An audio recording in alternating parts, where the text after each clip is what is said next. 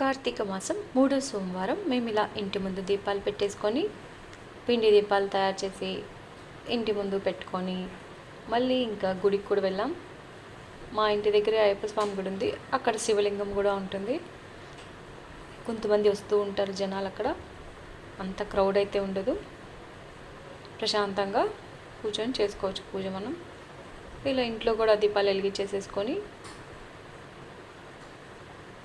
ఇవి మా చెట్టు చామంతి వీడియో పెట్టాను కదా, చిట్టి చామంతి ఇవి. వీటితో దేవుణ్ణి అలంకరించుకొని ఈవినింగ్ ఇంట్లో పూజ చేసేసి పిండి దీపం వెలిగించుకొని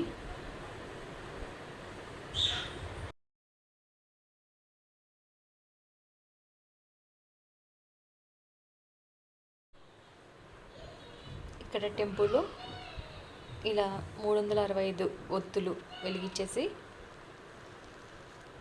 పిండి దీపంలో అది పెట్టి వెలిగించాను. 365 ఒత్తులు.